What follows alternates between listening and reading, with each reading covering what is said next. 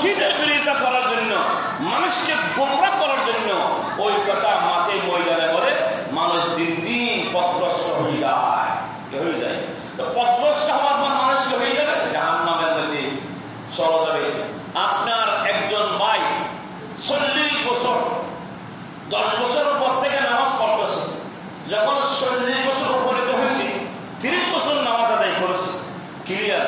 যখন 41 বছর থেকে তার বয়স শুরু হয়ে গেছে, এমন একজন শাইখের কাছে উনি কি হয়ে সোহবত পেয়েছে, শাইখে বলতেছে তুমি যা নামাজ পড়ছো এই নামাজগুলো হয় তো কিরকম, অত তুমি নামাজ পড়বা আজ থেকে এভাবে হাত তুলবে আবার হাত ছেড়ে দেবে, বুকের মধ্যে হাত বাঁধবে, নামের নিচে হাত বাঁধতে হবে না। তো রাহমাতুল লিল আলামিন উনাকে ওনার ব্যাপারে তোমার কি মত?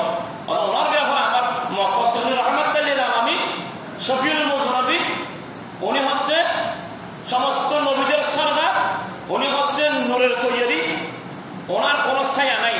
উনি বলবেন তোমার আমলটা ভিন্ন কিরকম, ওদের তোমার দুর্গুণের মধ্যে ছিলাম, তো কিরকম গুণের মধ্যে ছিলাম আমি, তুমি নবীকে নূর বলেছ, তুমি নবীকে মাটি বলে ওদের কিরকম, ওদের কুল ইন্নামা আনা বসর, ওদের রসুলটা আল্লাহ বলেছেন, রসুলকে কি বলেছেন, বসর বলেছেন, মাটি বলেছেন।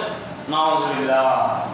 বসর শব্দের অর্থ মাটি নিয়েছে, কিন্তু বসর শব্দের অর্থ যত তাফসীর আছে 37টি তাফসীরের মধ্যে কুল ইন্নামা আনা বসর বলে, বসর মানে মানুষ নয়, বরস মানে হচ্ছে একটি খাবার, মানুষের খাবার।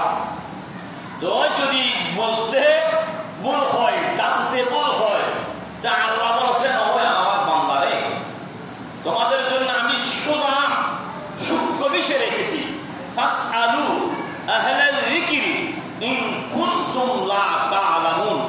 তোমার যেই অজানা বিষয়টি আছে, যেই বিষয় সম্পর্কে তুমি অবগত নহে, তোমার জানা নাই, ওই অজানা বিষয়টি হক্কানি রব্বানি